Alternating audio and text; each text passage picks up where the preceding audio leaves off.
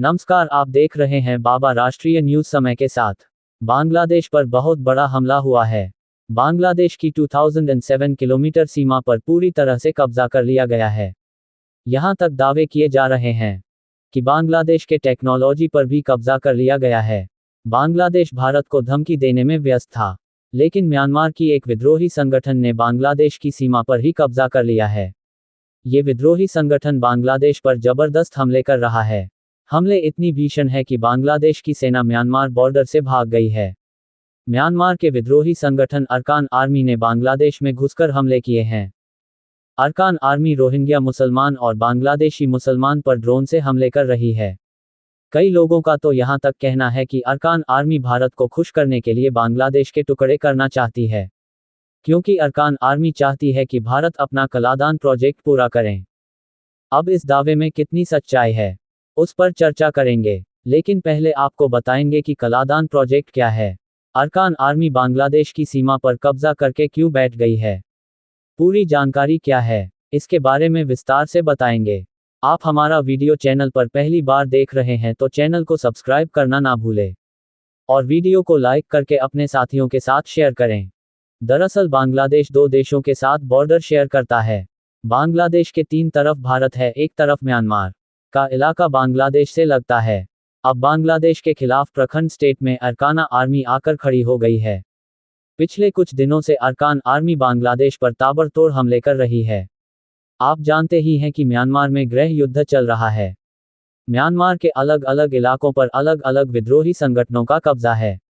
ऐसे में यह इलाका जो बांग्लादेश से लगता है, वहां अरकान आर्मी का राज है। आप बार बार जिन रोहिंग्या मुसलमान के बारे में सुनते हैं, यहाँ 30% आबादी रोहिंग्या मुसलमान की है, तो 60% से ज़्यादा बुद्धिस्ट है। लेकिन इस इलाके में रोहिंग्या मुसलमान ने बुद्धिस्ट लोगों को मारना शुरू कर दिया। इसी का बदला लेने के लिए रखाइन के बुद्धिस्ट लोगों ने 2009 में अरकान आर्मी की स्थापना की। अभी तक तो अरकान आर्मी सिर्फ रोहिंग्या से ही जंग लड़ रही थी, लेकिन जब से बांग्लादेश में मोहम्मद की सरकार आई है, तब से अरकान आर्मी ने बांग्लादेश पर भी हमले शुरू कर दिए हैं।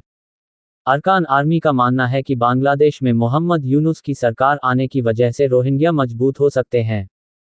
इसी को रोकने के लिए अरकान आर्मी ने बांग्लादेश के म्यांमार की 271 किलोमीटर सीमा पर कब्जा कर लिया है। हाल ही में खबर आई है कि अरकान आर्मी चाहती है कि भारत अपना कलादान प्रोजेक्ट जल्दी पूरा करें। कलादान एक multi modal transit transport project है, जो कोलकाता से म्यांमार और फिर म्यांमार से मिजोरम तक जाता है। इस प्रोजेक्ट में समुद्र, नदी और जमीन तीनों रास्ते शामिल है। कलादान प्रोजेक्ट का म्यांमार वाला हिस्सा रखा इन स्टेट से होकर ही गुजरता है। ऐसे में अरकान आर्मी भारत को खुश करना चाहती है। वह चाहती है कि भारत जल्द से जल्द इस प्रोजेक्ट का काम पूरा करें। अब म्यांमार में तो कोई सरकार नहीं के बराबर है। अलग अलग जगह पर विद्रोही संगठनों का राज है।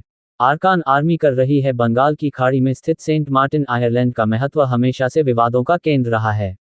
अरकान आर्मी की गतिविधियों के कारण बांग्लादेश को डर है कि वह इस क्षेत्र पर भी कब्जा कर सकती है। यह आइलैंड न केवल सामरिक रूप से महत्वपूर्ण है, बल्कि इसका नियंत्रण क्षेत्रीय समुद्री व्यापार और सुरक्षा के लिए भी। बांग्लादेश की मौजूदा सरकार पर भारत विरोधी कट्टरपंथी संगठनों को समर्थन देने के आरोप लग रहे हैं। विशेषज्ञों का कहना है, भारत के साथ बढ़ती दूरी का असर बांग्लादेश की आंतरिक और बाहरी सुरक्षा पर भी पड़ रहा है। भारत को पूर्वोत्तर राज्यों की सुरक्षा को लेकर बांग्लादेश की अस्थिरता से खतरा हो सकता है। 1971 के युद्ध के दौरान भारतीय सेना की ऐतिहासिक भूमिका को याद करते हुए सीने विजय दिवस पर एक कड़ा संदेश जारी किया है। इसमें कहा गया है कि किसी भी देश की स्वतंत्रता केवल बाहरी जीत से नहीं बल्कि आंतरिक स्थिरता और एकता से कायम रहती है। बांग्लादेश के लिए ये वक्त गंभीर आत्ममंथन का है। उसे न केवल अरकान आर्मी के हमले से निपटना होगा, बल्कि रोहिंग्या शिविरों में पनप रहे कट्टरपंथ को भी खत्म करना होगा। अंतर्राष्ट्रीय समुदाय को भी इस संकट को हल करने के लिए ठोस कदम उठाने चाहिए। अगर हालात जल्द नहीं सुधरेंगे तो बांग्लादेश एक बार फिर क्षेत्रीय अस्थिरता के केंद्र में आ सकता है। एक ये सवाल उठता है कि क्या 54 साल पहले मिली आज़ादी और संप्रभुता को बांग्लादेश बचा पाएगा, या फिर आंतरिक राजनीतिक खींचतान और उग्रवादी बांग्लादेश भेजने की कार्यवाही जोरों से चल रही है। उपराज्यपाल विनय कुमार सक्सेना के निर्देश पर 15 जिलों की पुलिस अपने अपने इलाके में अवैध रूप से रह रहे बांग्लादेश की पहचान कर रही है। एक सप्ताह में 7 बांग्लादेशी घुसपैठियों की पहचान की गई, जो लंबे समय से दिल्ली में रह रहे थे और उनके पास कोई भारतीय दस्तावेज नहीं मिला है।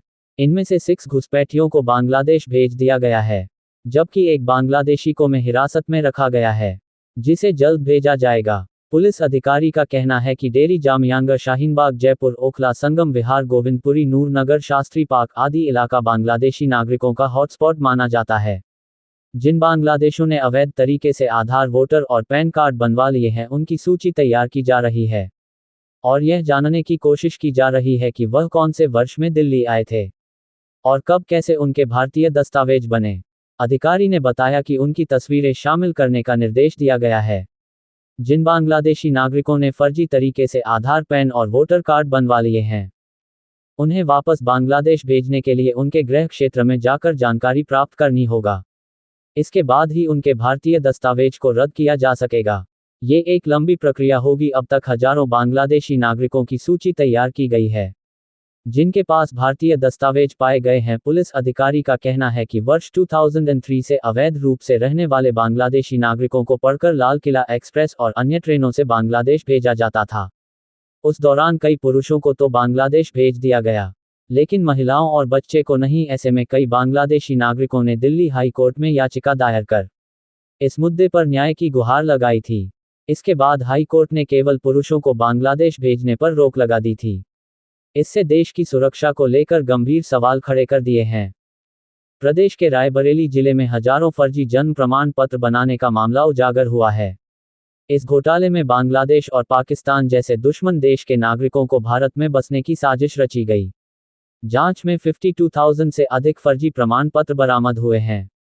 जांच में पता चला कि इस घोटाले के पीछे एक संगठित नेटवर्क काम कर रहा था, जो एक ही आईडी और पासवर्ड का इस्तेमाल करके फर्जी प्रमाण पत्र तैयार कर रहा था।